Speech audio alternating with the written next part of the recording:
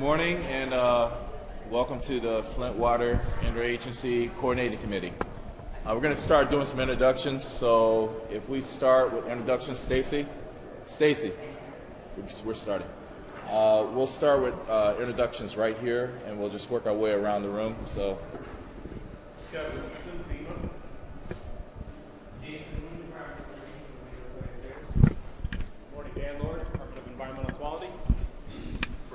Department of Environmental Quality.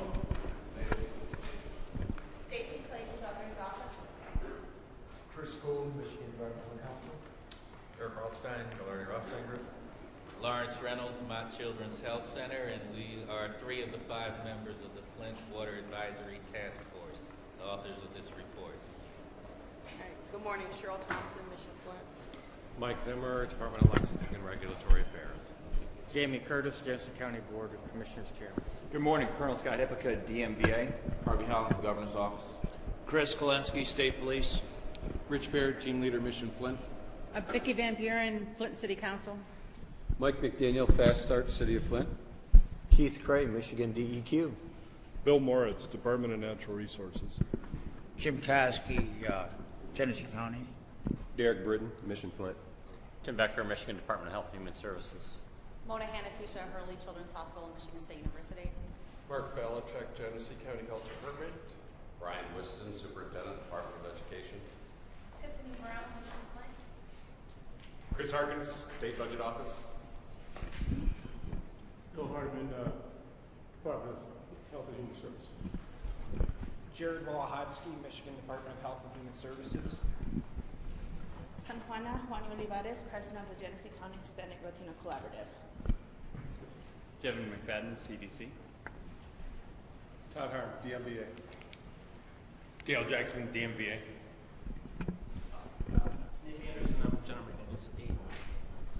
Well, good morning. The governor's out of town right now, so he's not going to be attending with us today. But we do we'll be including a representative from City Council as well as the city here. It's important for them to be here. And I asked Councilwoman Van Buren if she could make a couple of remarks, and then we'll get going. Thank you for the opportunity to be able to join you. I know that the goals of this committee are very important, especially when it becomes long-term. Nothing is going to be solved within a short period of time. So I know it's very important. We are at the table. We, with the rest of the city council members, represent the majority of all the citizens in the city of Flint. So again, thank you, and whatever we can do to assist, just let us know. Captain Hillis, you want to say anything? No, I think we can go ahead and get into it. Okay, we have a very good agenda today, and Stacy, if you could ask the tech person to come, because this thing is not coordinating right now for the presentation. We have the Flint Water Advisory Task Force. It is an independent group that was pulled together by the governor when the crisis was first announced in terms of emergency, and we wanted to really get to the bottom of things. They did produce a report, and with us today is Chris Kolb and Eric Rothstein and Dr. Reynolds, the 3 who are involved, 3 of the 5 involved in the Flint Water Advisory Task Force. And so I think the floor is yours. Now, we don't have the technology right now, so we'll have to let the tech folks figure this thing out here. So if you want to jump in, Eric, and we'll figure this out as you go through your presentation. We'll catch up to you.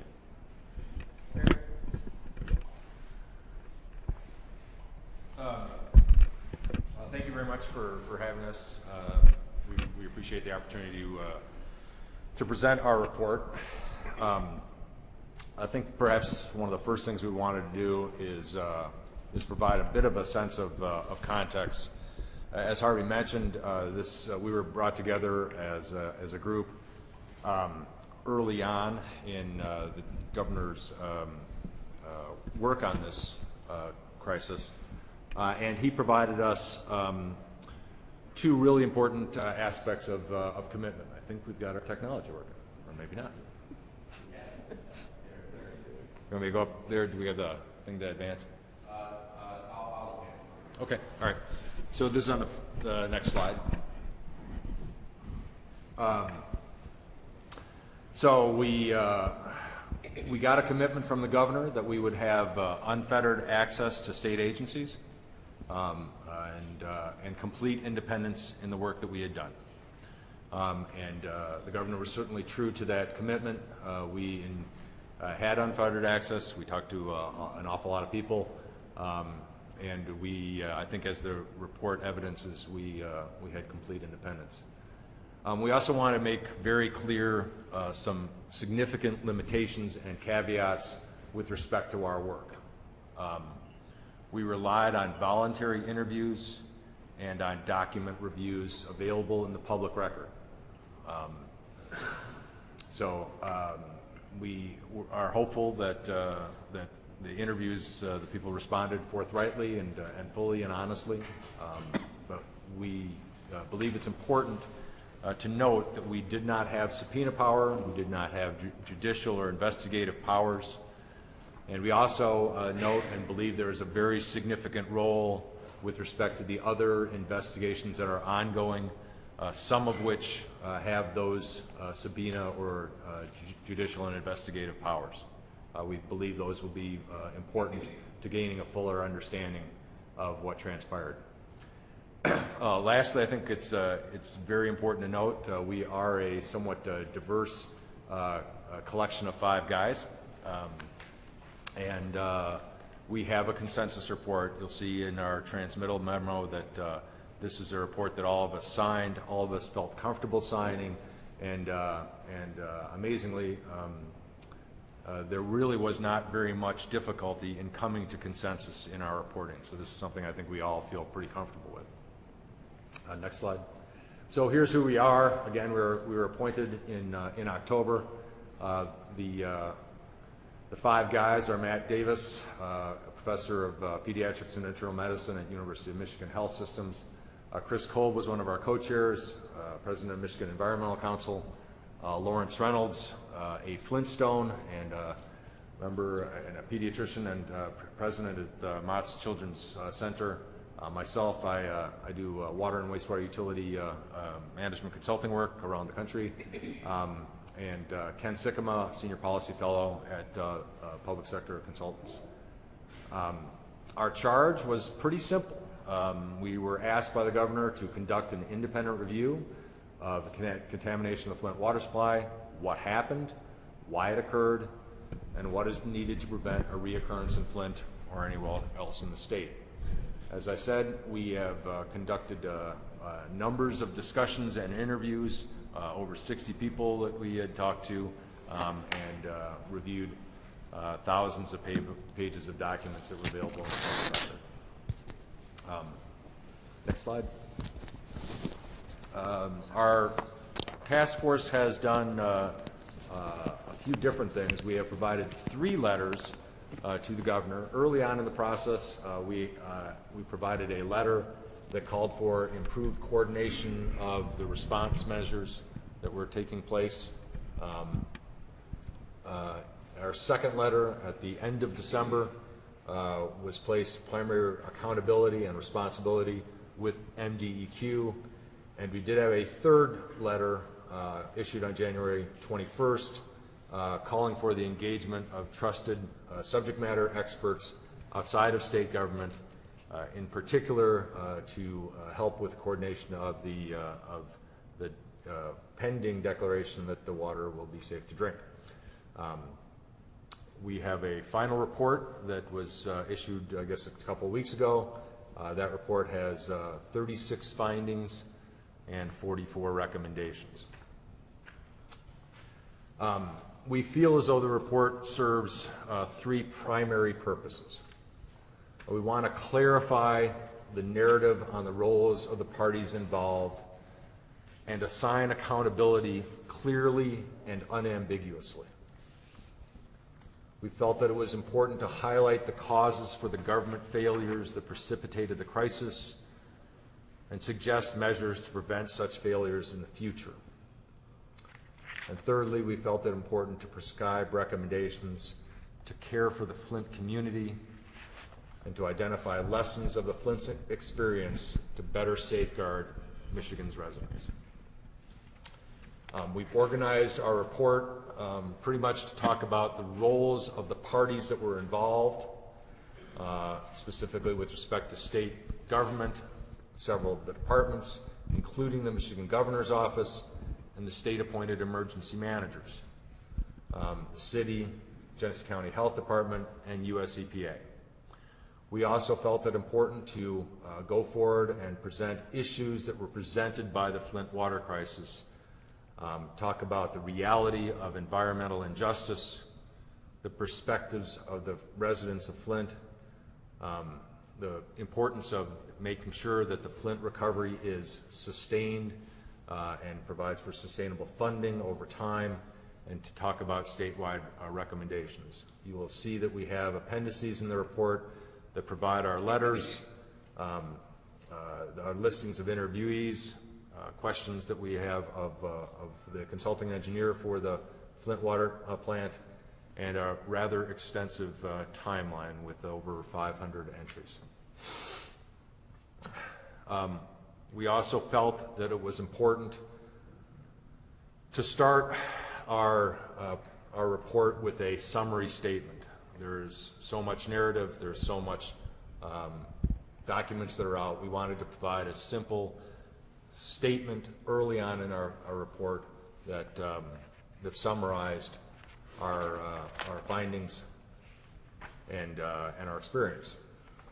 That summary statement is highlighted by two of the bullet points up here, where we talk about the Flint water crisis being a story of government failure, intransigence, unpreparedness, delay, inaction, and environmental injustice. It occurred when state-appointed emergency managers had replaced local representative decision-making. We also felt it was extremely important to note that there were many things that did work. One thing that worked, and we're heartened by, is citizen engagement and protest. What also worked was that knowledgeable experts showed a willingness to question and challenge government leadership and face, in some cases, withering criticism. We also note that something that did work were the powers and the freedom of a free press that utilized tools that enabled the investigative journalism that led us to understand what happened here. Among the key findings, MDEQ bears primary responsibility for the water contamination in Flint. MDHHS had a lack of timely analysis and understanding of their own data that prolonged the Flint water crisis. The emergency managers, not locally elected officials, made the decision to switch to the Flint River as Flint's primary water supply. And ultimate accountability for Michigan executive branch decisions rests with the governor. Other key findings, I'm going to now turn it over to my good friend Larry Reynolds to proceed with the remainder of the presentation.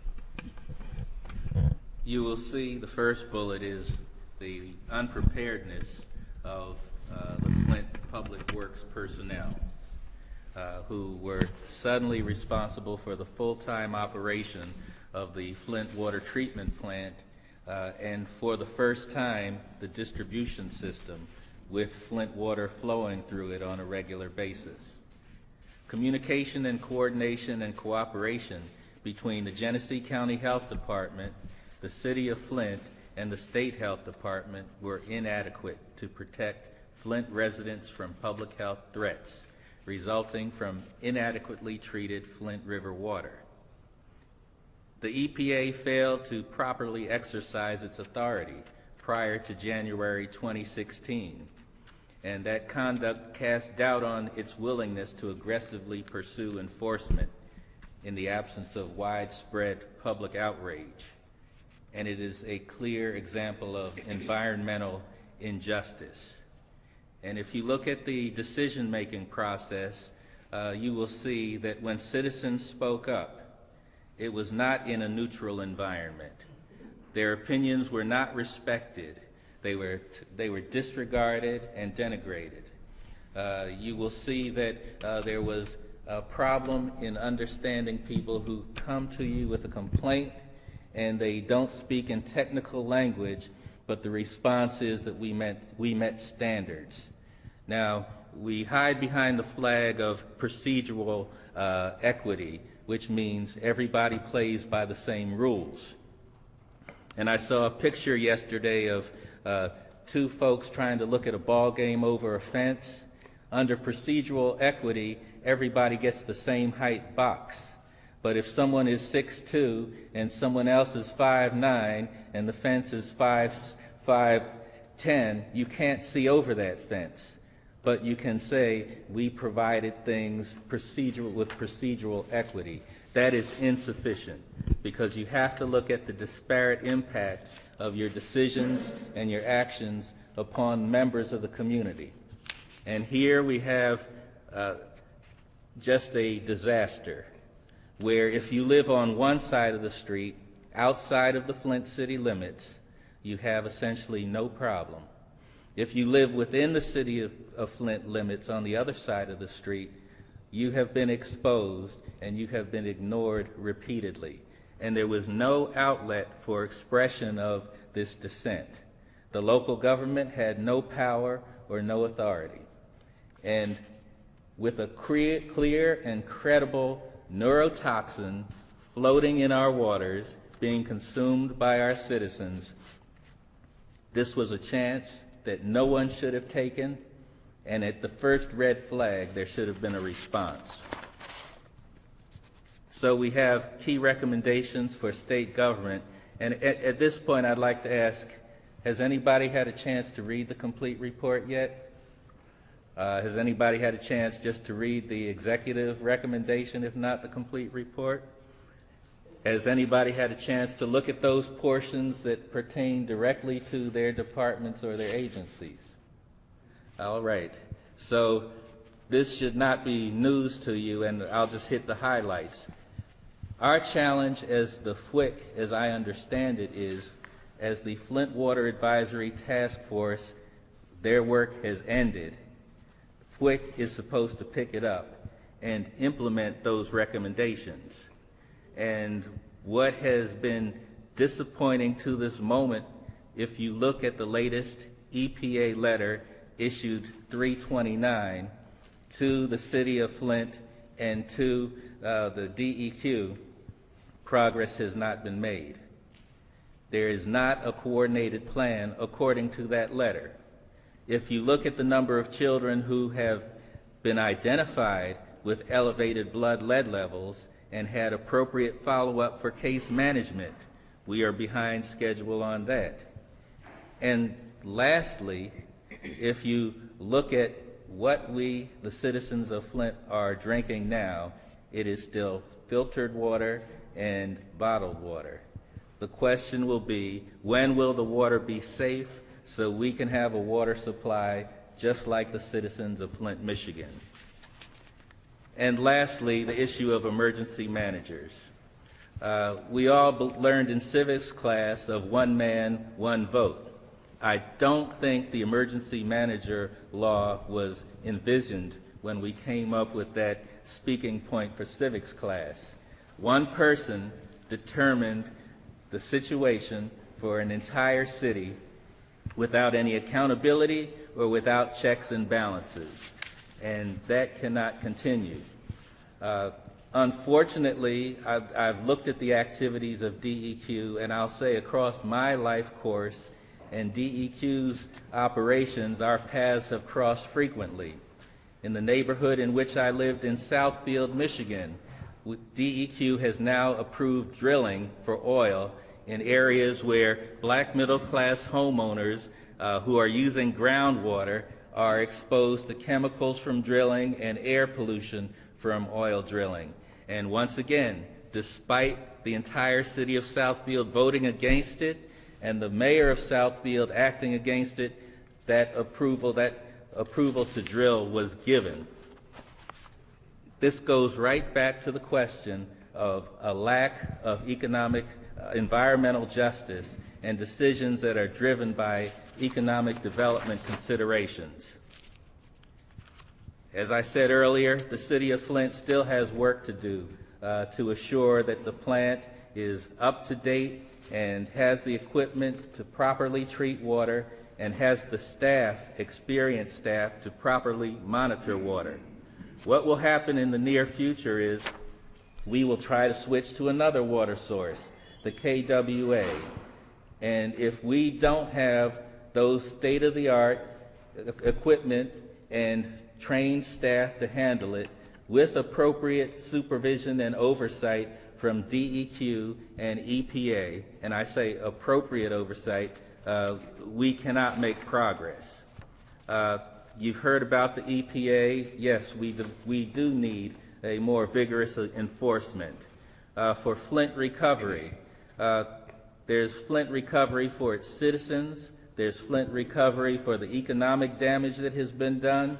There's Flint Recovery for the damage to individual citizens' households and property values that must be addressed.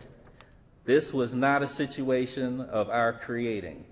This was a situation where the citizens said back up several times and the train was not backed up. Statewide initiatives. I'm a pediatrician, and it was heartbreaking to find out that there are no mandatory requirements that school and daycare water sources be inspected for lead. One of the schools where lead was the highest was my neighborhood elementary school, where my daughter attended years ago. So if you think I'm taking this personal, yes, I am. If you have to talk to seniors in the city of Flint, particularly African American seniors, what comes to mind right away is the Tuskegee experiment, where there was a condition that was treatable with penicillin, and that penicillin was not offered. And it doesn't matter what your intentions were. What matters in environmental justice is that the end result is equitable, fair, and people share equally the problems as well as the benefits of a decision made by DEQ. Issues outside the concern of our report.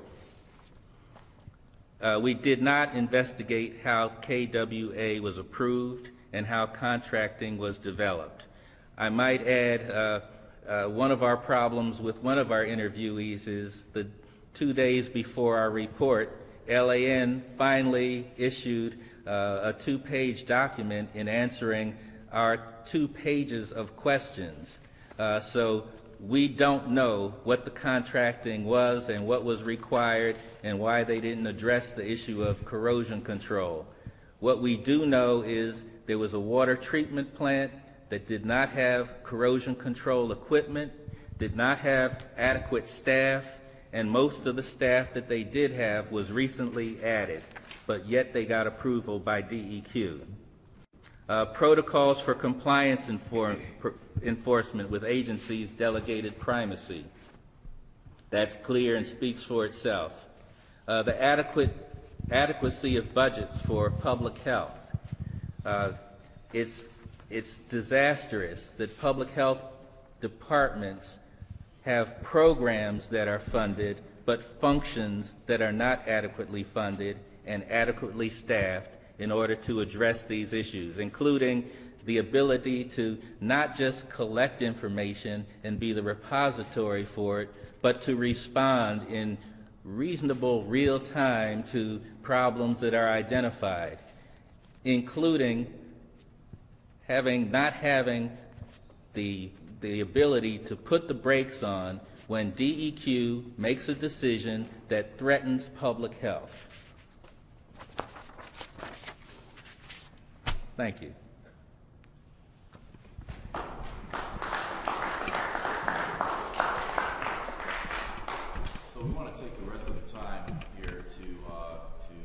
ask questions again, as Dr. Reynolds said, that this committee has been designed to do a number of things, not just the incident action plans, but also to implement the recommendations from the Flint Water After Action Task Force. And we want to have some discussion here. I just want to point out it just wasn't residents in the city of Flint. There are some residents who were outside the city of Flint who were on the water system as well. So for those, this is live stream, and so I can just hear the tweets right now on that. There are other residents who were also exposed to the water who were not residents of the city of Flint. So with that, just open up questions to the task force, and we'll have a discussion.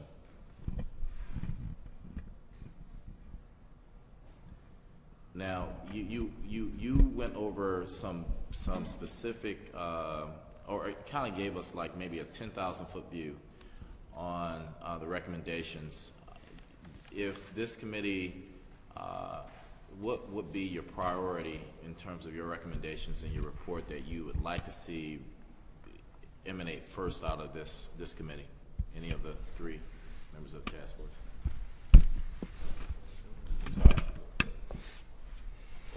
Well, I think of these things as occurring somewhat on different tracks. So I don't want to imagine the people that are working on the public health side are necessarily the people that would be working on the infrastructure side. So I do think that you have an opportunity by, if you will, dividing the work to take on a few different tracks. Clearly, there's a number of things that need to be done on the infrastructure side. The highest priority is doing everything that needs to be done in it, and there certainly has been a great deal of activity to try to provide assurance that you have an appropriate sampling approach, treatment approach to ensure that the water that is distributed through the Flint water system will be at a point where it's potable, safe, and so that people can be in a situation where they're not having to rely on bottled water. So from a infrastructure standpoint, clearly having a serving drinking water utility is of probably the highest importance, because I think it'll have the greatest impact on individual Flint water system customers' lives. Not having to live on a bottled water in a bottled water necessary sort of situation, I think, is the highest priority. Shortly behind that is developing a programmatic approach. This is the language that we use towards the infrastructure rehabilitation. One of the things that is a bit disconcerting is that it's hard to see how well things are being coordinated between the efforts being done with respect to lead service line replacements vis-a-vis the current operation of the system and the planning for the conversion to KWA. These involve lots of different experts and areas of effort, and so it's pretty important to have a programmatic approach that's coordinating all those things together.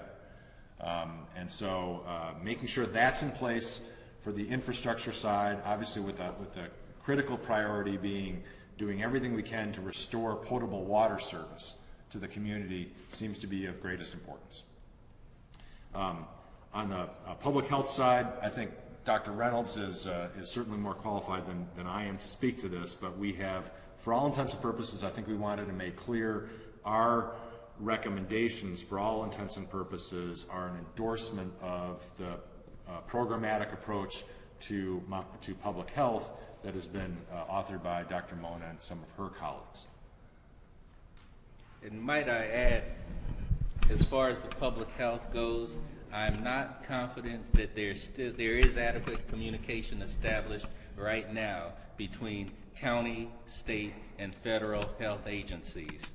And these communication issues are impairing our progress forward, and they must be resolved. We can't have people coming to meetings and saying, I don't want to be here, or I refuse to be here. Additionally, we can't have non-epidemiologists rendering final opinions on data that is submitted within the Department of Health and Human Services.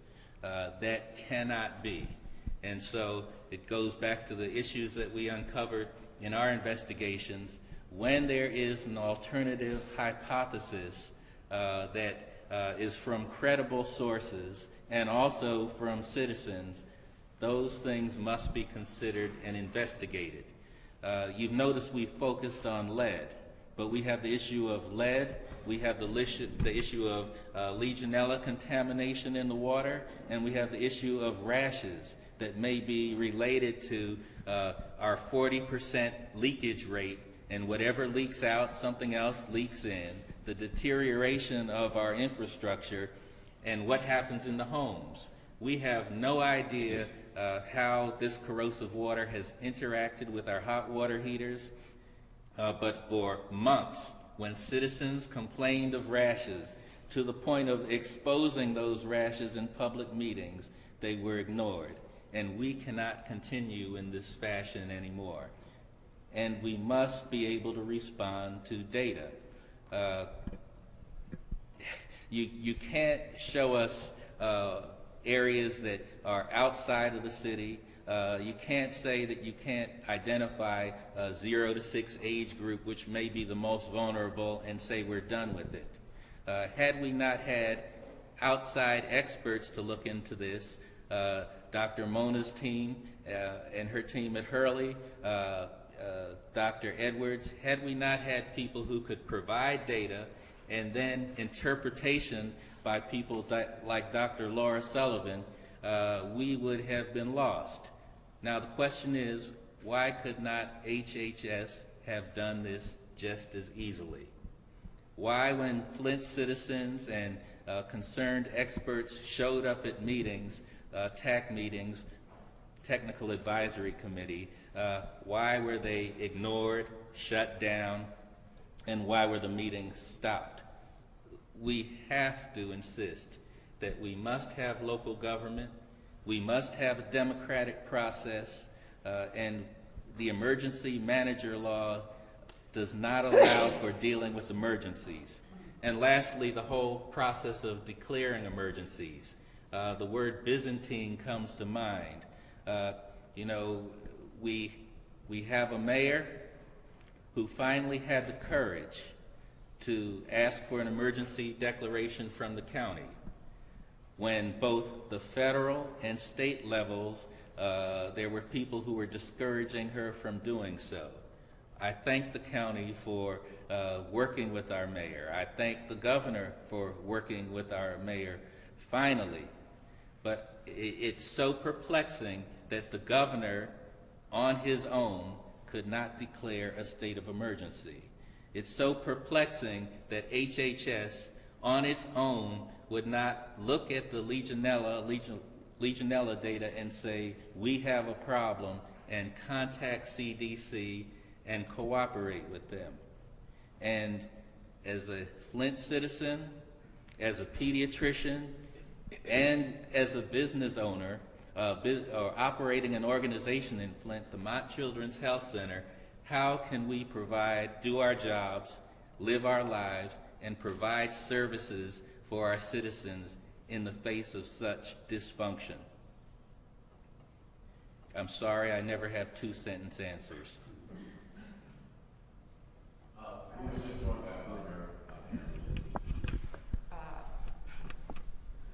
Really, you said it all, Dr. Reynolds. So I just want to say that I agree with everything that you've said. Even previous to some of the things that happened, I remember it was at a point I was still campaigning, and I called a press conference. And I said, I'm not calling it as a candidate, I'm calling it as a licensed clinical psychologist because I have a moral and an ethical responsibility.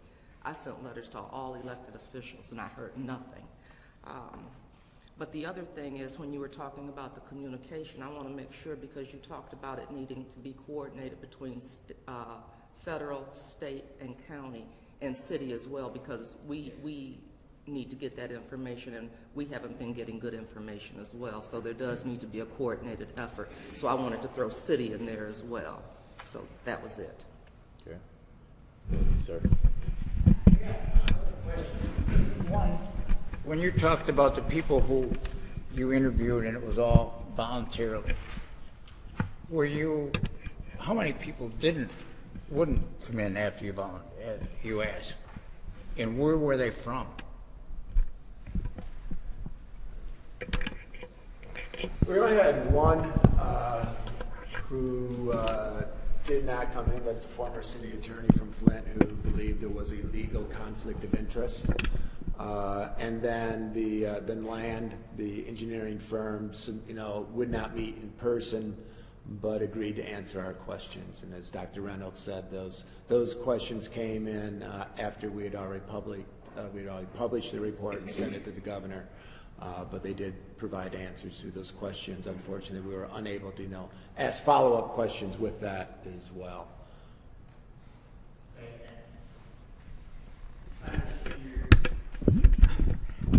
At all at what you guys did and how it worked out.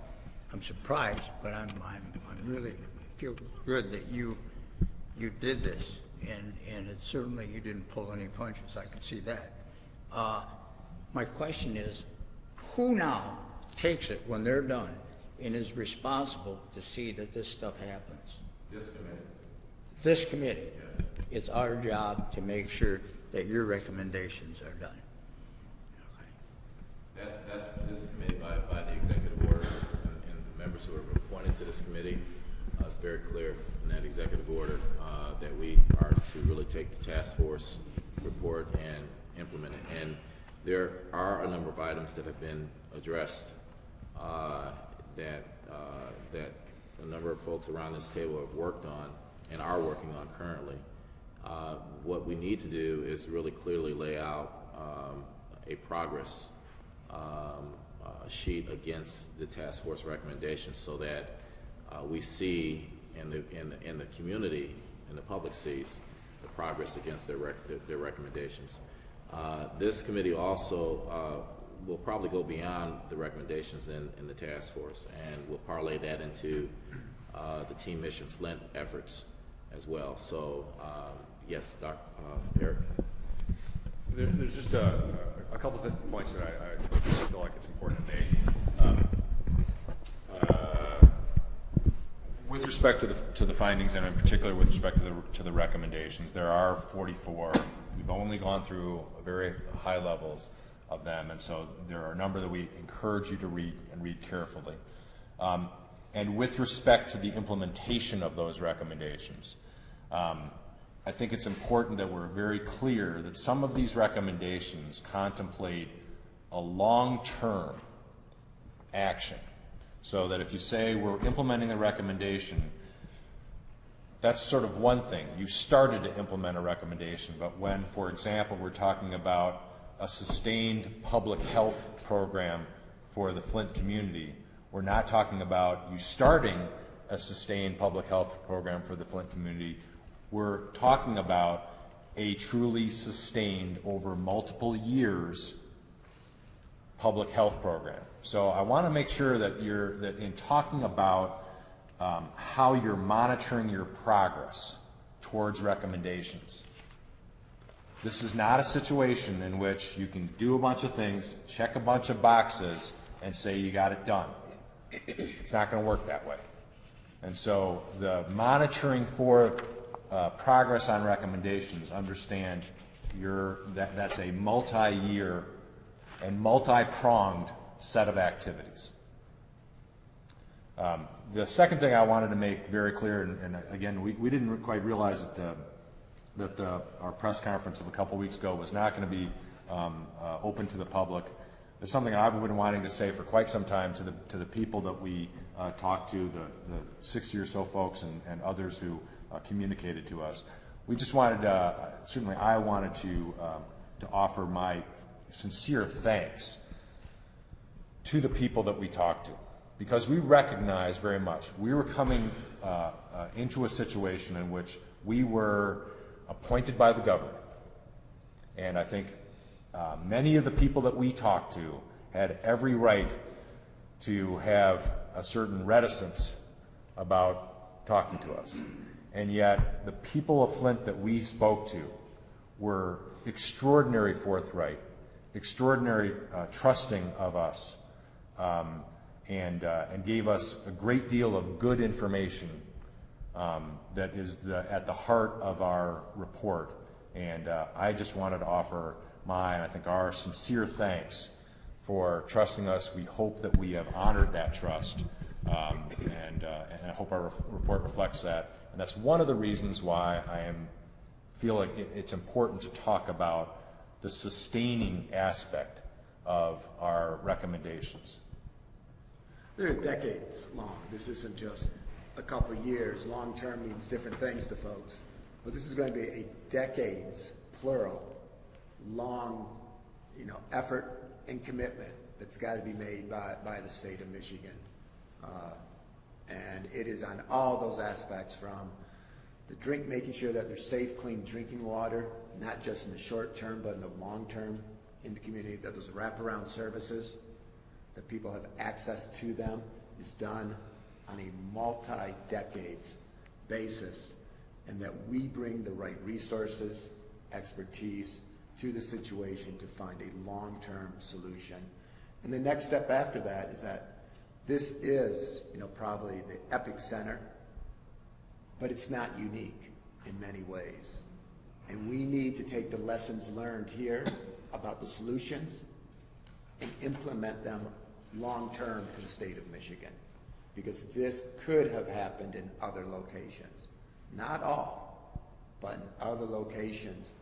And when anyone turns on their tap and gets a glass of water, they should be assured that it's safe, it's clean. And today I can't tell you that here in the state of Michigan. And I think that is the long-term goal for Michigan on drinking water.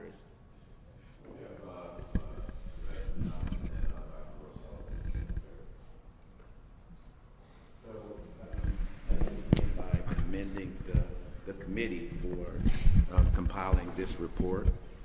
I actually went through my email to see if I had actually received it. I don't think I had, so I'm going to be asking. Okay, all right, asking to have a copy of that. So as I think about what has been presented, there are a couple of thoughts that come to mind. First is, and I mentioned this in the last meeting, that we are still learning about impacts from this exposure to lead, and we're learning about its impact on the human person, as well as what Dr. Reynolds and others talked about is the residents, the homes, the physical plant of Flint. And so my question in that regard is, what will be done to really capture the financial impact of the physical plant of Flint, both the housing stock, as well as the land, and all of that's included? Because for a number of years, Flint has encouraged residents to grow their own food, right? And I remember having a conversation with Dr. Reynolds a couple years ago, and he was talking then about the lead in the ground. And so now we're adding to that lead in the ground that must be considered, and also lead in the water, and how that will impact the physical plant of Flint. And I think that's something that needs to be reflected in the report. And so I asked that question, and perhaps this could be the first edition of this report, because there could be several. My other question is really about how will this information be shared beyond the folks in this room?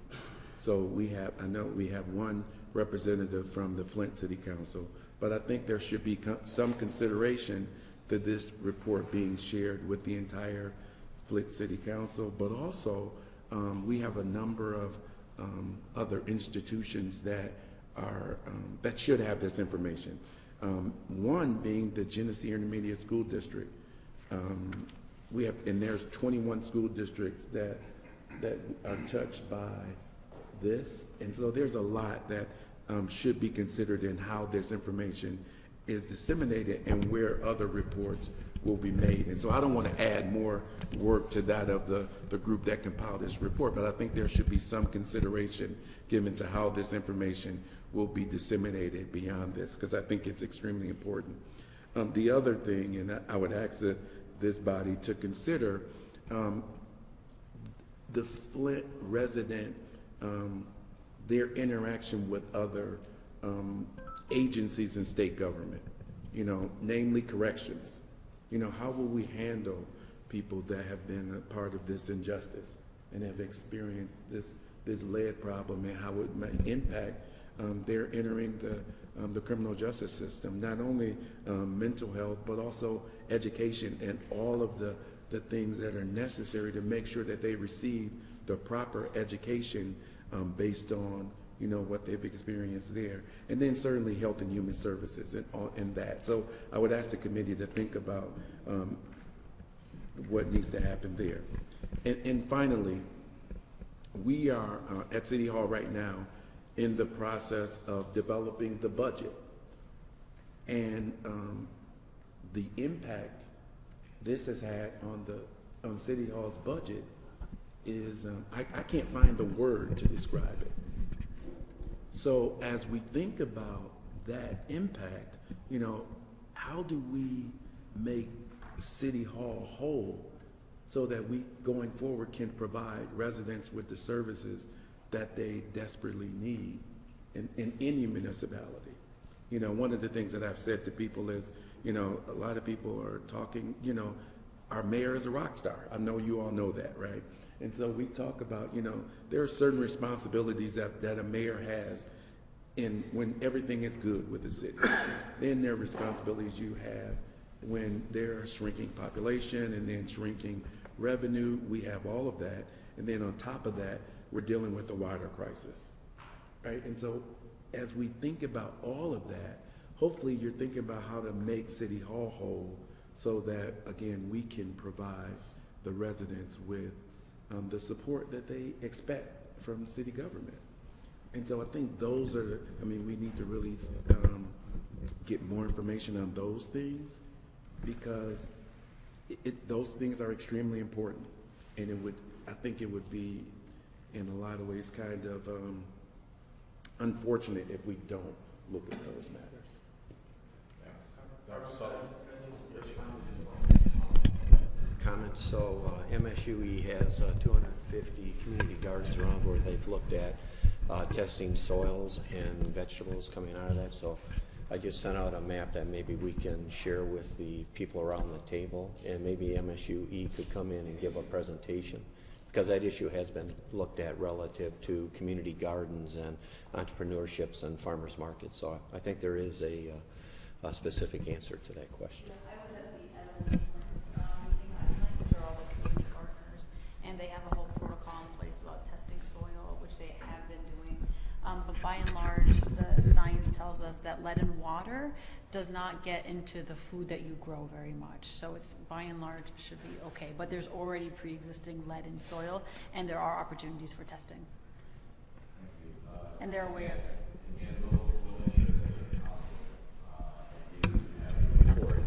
I was in Kalamazoo yesterday for a focus group on water, and they expressed some issues and concerns in that city, and they're going through a process of testing and replacing lead lines now in Kalamazoo, but they have the report. So they read the report. Some of the residents around that table have already, made comments against the report. So we'll make sure that the council has a direct copy of the report, but the report is available to the public right now, the task force. Dr. Sullivan. When there's lead in the water, there's lead in the soil. And it is not true that it's safe to grow vegetables in soil that has lead in it, or soil that's been watered with lead that has water in it. And I don't think it's a solution to this problem just to draw a map to tell people in Flint where in Flint they can have their gardens, any more than it's okay to tell the people of Flint which of you can take a bath in your bathtub and which of you can't, or to make any kind of statement about it being safe for the population when it's not safe for some in the population. The comment I was originally planning to make regarding this report is, first of all, to say thank you, and thank you from the 60 people that you interviewed, as well as the people of Flint who've already read the report, but who don't believe at all that any of your recommendations are going to be followed, who have no evidence, who have no sense that this committee is going to take up anything that you said except that which benefits the wealthy. And that's becoming more and more obvious to the people who aren't wealthy in this city. I have read your report, and I've read a lot about your recommendations regarding engaging the community. And having been on this committee for a while now, have struggled to demonstrate to the community how this committee and the work that this committee is doing is actually engaging the community. I've been very happy that the one meeting that I've been in that has worked on these issues that had to do with moving forward on lead service line replacements with the General McDaniel was the first meeting that I was at where there was any discussion about involving the residents in identifying which service lines should have priority or how we should move forward. And that was a meeting called by the General at City Hall. There have been meetings. There's a meeting on Monday, a summit, to discuss the results of the water tests that have been taken by the EPA and the DEQ and Mark Edwards. And that meeting is in Chicago. And I had to ask to be invited to that meeting. And I was asked, why should I be there? And I said, well, it doesn't have to be me, but could somebody from Flint be there? And so General McDaniel and I have been added to the invitation, not to present, but just so that we can hear about the results of the data that's taken in Flint.